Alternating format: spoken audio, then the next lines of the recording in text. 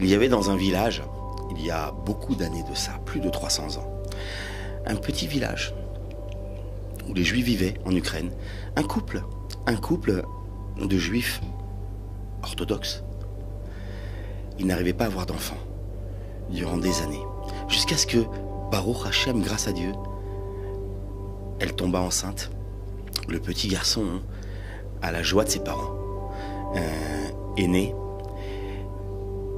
Mais curieusement, dès lors où il vit le jour, depuis le moment où il est sorti du ventre de sa mère, il n'a pas cessé de pleurer. Pleurer, pleurer, pleurer sans aucune interruption. La maman commença à paniquer. Elle essayait de lui donner le lait, ne serait-ce que le lait. L'enfant refusait, il pleurait, il était dans une crise de pleurs inarrêtable. Au bout de 24 heures,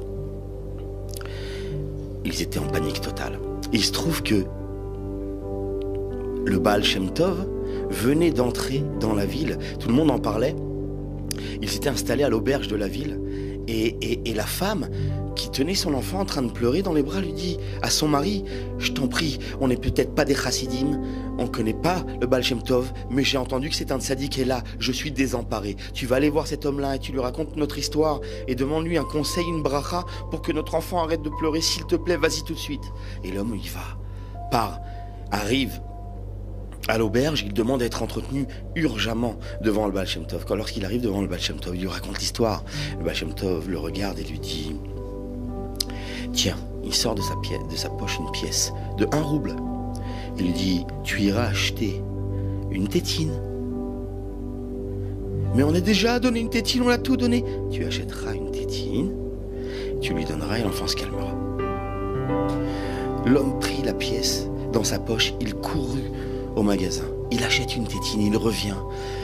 Il prend l'enfant dans ses bras et lui met la tétine dans la bouche. L'enfant prend la tétine et se met à repleurer sans aucune interruption. Et là, la femme lui dit: mais retourne voir le Baal Shem Tov, ça marche pas. Il y retourne, il repasse devant le Baal Shem Tov et lui dit: mais ça ne marche pas. Le Baal Shem Tov le regarde, lui dit: est-ce que tu as acheté la tétine avec ma pièce? Je ne sais pas, Baal Shem Tov, je l'ai mis dans ma poche. Je te redonne 1 rouble. Avec cette pièce-là, tu achèteras une tétine. Il prend la pièce dans sa main. Il court acheter une 2e tétine.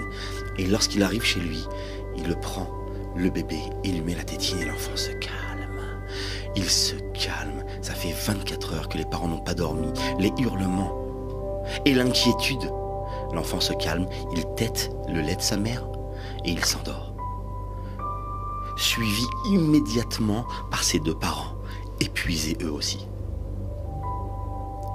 Au matin, lorsqu'ils se réveillèrent,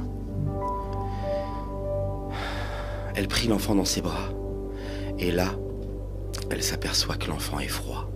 Elle s'aperçoit que l'enfant est mort. Le cri de douleur qui s'échappe de cette femme, le hurlement, et tout de suite l'association d'idées. Il a pris la tétine, il s'est endormi, il est mort. Mais je le préférais en train de pleurer. Mais vivant.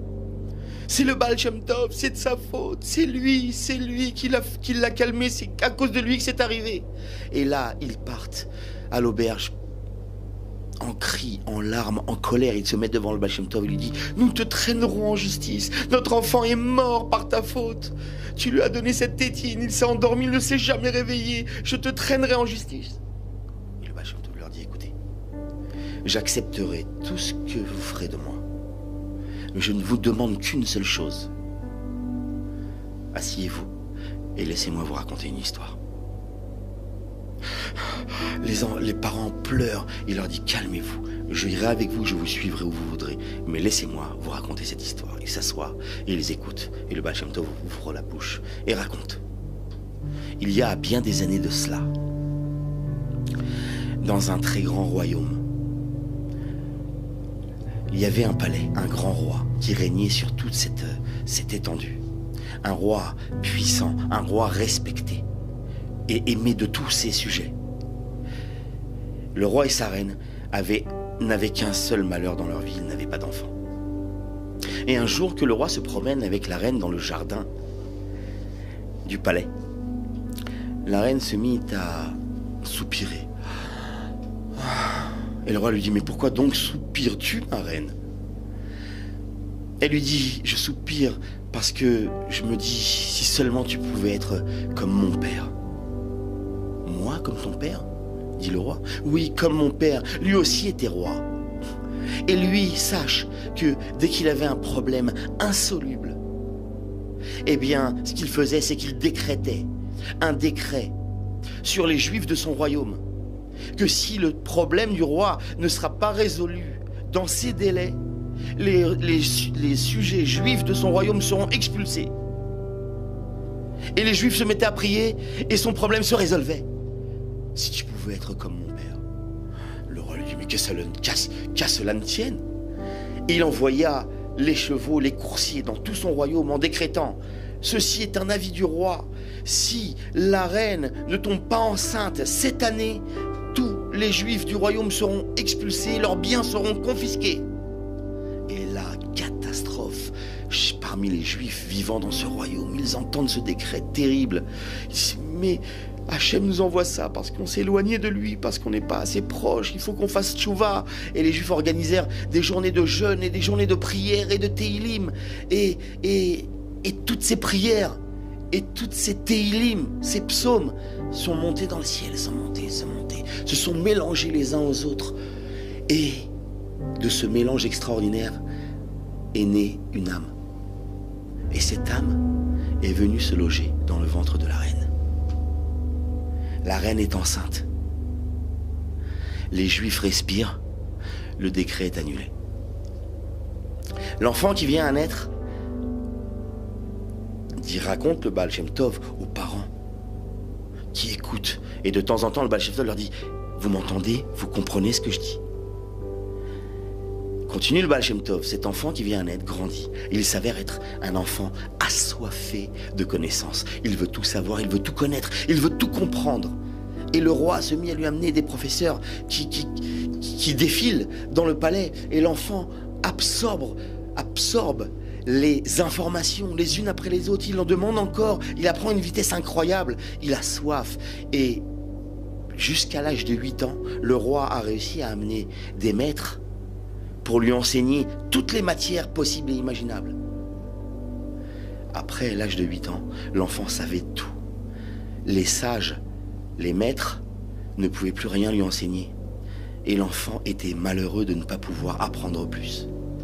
Durant l'année de ses 8 ans, le grand roi, c'est comme ça qu'on va l'appeler, le père, le grand roi qui régnait sur d'autres petits rois de son royaume, eh bien, un de ces petits rois s'est rebellé contre le grand roi, lui a dit, je reprends mon indépendance. Si tu veux faire la paix, on fait la paix. Si tu ne veux pas, je suis prêt à faire la guerre. Et là, quand le grand roi entend cette rébellion, il dit, mais je vais lui montrer à cet insolent, mais je vais lui montrer qui je suis, je vais envoyer mes armées contre lui. Et là, la reine lui dit, mais mon cher mari, mon cher roi, tu ne peux pas mener une guerre et t'éloigner du royaume et de laisser notre cher enfant sans le voir. On ne peut pas se séparer de lui, on l'aime, on doit être proche de lui.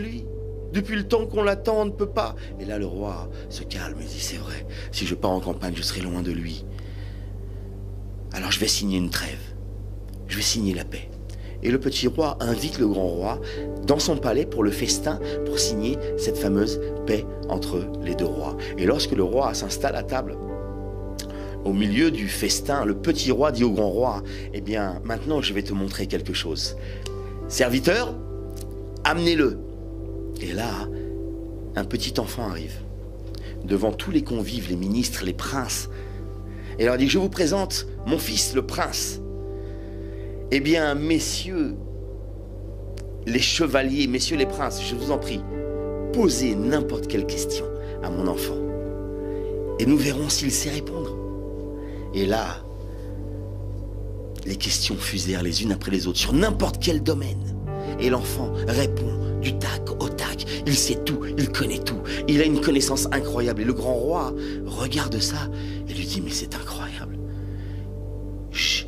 Il dit au petit roi, tu sais, j'ai un enfant de son âge, qui est très très très intelligent, mais là, il le surpasse. Mais qui est donc son maître? Et le petit roi lui dit, son maître, c'est quelqu'un de très particulier. Mais, dit le grand roi, accepterais-tu, pour la paix entre nous, de me céder ce maître et de permettre que je l'emmène avec moi dans mon royaume pour enseigner à mon fils? Le petit roi répond au grand roi, écoute, on peut fêter ça, on peut arriver à un accord. Si le maître est d'accord de te suivre, je n'y vois aucun inconvénient. Ils amenèrent le maître et lui disent, veux-tu enseigner tes connaissances au fils du grand roi et l'accompagner avec lui dans son palais? Le maître répondit au grand roi, j'accepte à 3 conditions.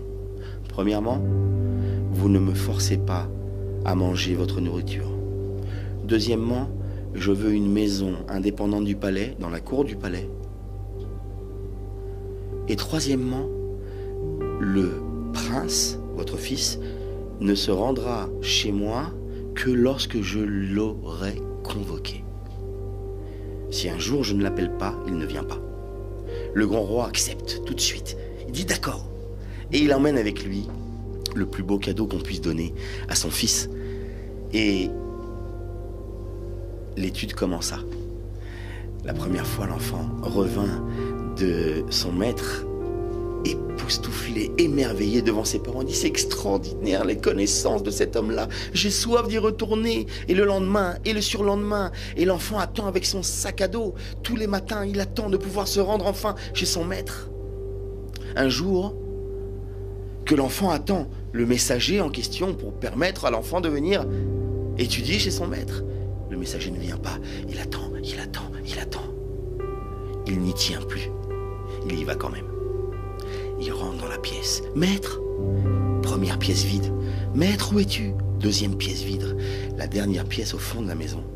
Il entre et il voit son maître. Planté tout droit, immobile, avec un châle sur la tête et des fils qui pendent sur les côtés et des lanières en cuir sur son bras et des cubes sur sa tête. Il se met dans un coin et il attend. Le temps passe longtemps. Et lorsque le maître finit sa prière, il se tourne vers le prince. Il lui dit, pourquoi m'as-tu dérangé? Pourquoi es-tu venu alors que je ne t'y ai pas autorisé? Maître, maître, pardonne-moi, mais quelle est cette sagesse que tu portes sur toi? Quels sont ces fils au bout de tout ce tissu et ces lanières de cuir? Enseigne-moi cette sagesse, je t'en supplie, mon maître.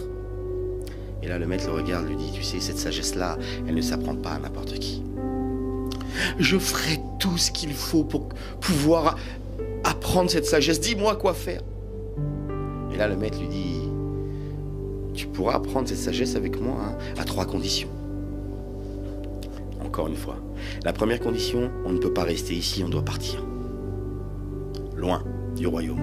Deuxième condition, il nous faut de l'argent pour subsister à nos besoins. Troisième condition,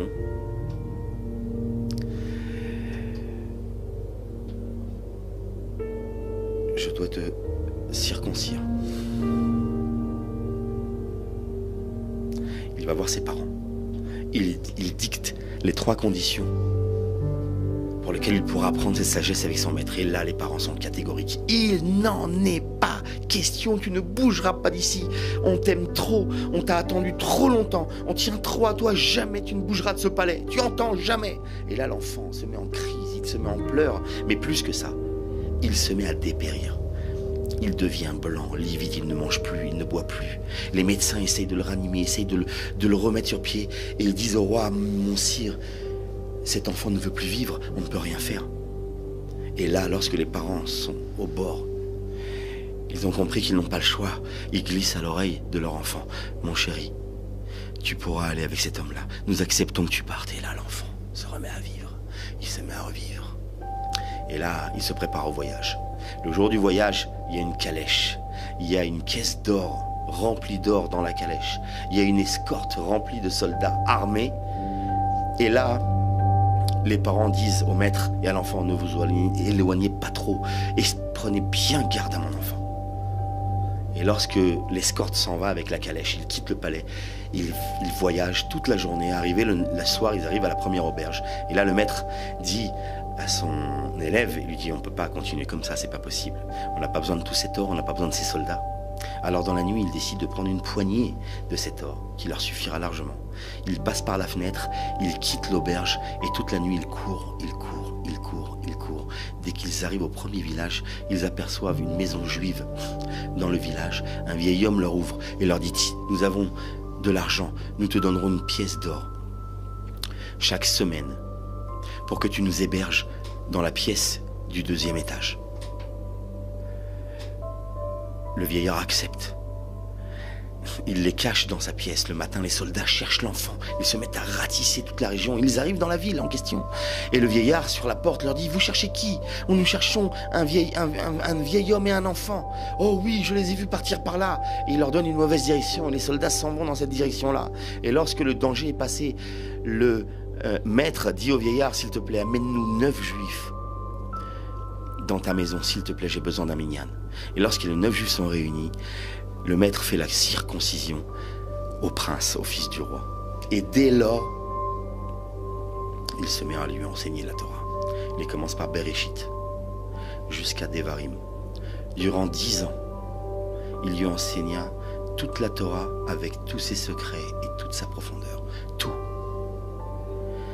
Quand 10 ans furent passés, l'enfant est un jeune homme et le vieil homme est encore plus vieux. Il tombe malade et lui dit « Tu sais, je ne pourrais pas rester avec toi éternellement. » Et lorsque le maître rend l'âme, dans les bras de son élève, et l'élève, le jeune prince, le jeune homme, dit « Maître, maître, maître, non, je ne peux pas être séparé de toi. Jamais je ne pourrai être séparé de ce met à pleurer sur son corps. » Il pleure tellement que lui aussi rend l'âme. Et ces 2 âmes montent dans le ciel et toutes les portes du ciel s'ouvrent devant eux. Ils montent, ils grimpent, ils arrivent au Gan Eden et les portes s'ouvrent jusqu'au dernier niveau le plus élevé du Gan Eden. Là, l'ange stoppe les 2 âmes et leur dit « Toi, le maître, tu peux rentrer. Toi, jeune homme, tu ne peux pas rentrer. » Mais pourquoi ? Parce que ici, c'est l'endroit réservé à tous ceux qui sont nés d'un père et d'une mère juive. Ce n'est pas le cas pour toi, tu ne peux pas rentrer avec lui. Et le maître répond aux anges, mais il n'en est pas question. Nous avons été ensemble jusqu'à maintenant, nous ne serons jamais séparés. Vous entendez, si il ne rentre pas avec moi, je ne rentre pas moi non plus. Et là, bouleversement dans le ciel, dans le Gan Eden, les anges arrivent, ne comprennent pas comment un homme, une Neshama, Théora, pure, refuse de rentrer dans le niveau du Gan Eden de Rabbi Akiva, de Rabbi Shimon Bar Yochai. Elle refuse, et là, consternée, ils réfléchissent. Et la décision est prise. Les anges disent, écoute, il n'y a qu'un seul remède, un seul moyen. Il faut que la lame du prince, du jeune homme, redescende sur terre, qu'elle naisse d'une maman juive dès qu'il aura tété le lait de sa mère. Alors il pourra revenir et vous pourrez rentrer ensemble au Gan Eden. C'est ce qui se passa. Cette Neshama est redescendue sur terre. Et vous savez où est-ce qu'elle est arrivée? Raconte le Baal Shem Tov aux parents en pleurs. C'est la Neshama de votre enfant. C'est votre bébé qui est né. Et dès lors qu'il est venu au monde, il s'est mis à pleurer car la douleur de rester séparé de son maître, ne serait-ce que quelques instants, lui est insupportable. Et donc l'enfant s'est mis à pleurer, à pleurer, à pleurer. Et ça fait déjà 2 nuits, raconte le Baal Shem Tov, que le maître est venu me voir en rêve et me dit, je t'en supplie, va aider cette lame du prince à revenir vers moi, je l'attends. Il ne peut pas téter le lait de sa mère. Il pleure, la souffrance l'empêche. Libère cette Neshama, je t'en supplie. C'est la raison pour laquelle, dit le Baal Shem Tov, je suis venu jusqu'ici et que je t'ai donné ce rouble pour que tu achètes cette tétine, pour qu'il arrête de pleurer, pour qu'il prenne le lait de sa mère et pour qu'enfin il puisse rejoindre son maître qui l'attend. Aurais-je pu agir autrement que cela? Et là, lorsque les parents ont entendu l'histoire du Baal Shem Tov, ils ont cessé de pleurer. Ils ont compris. Voilà pour l'histoire. Salut.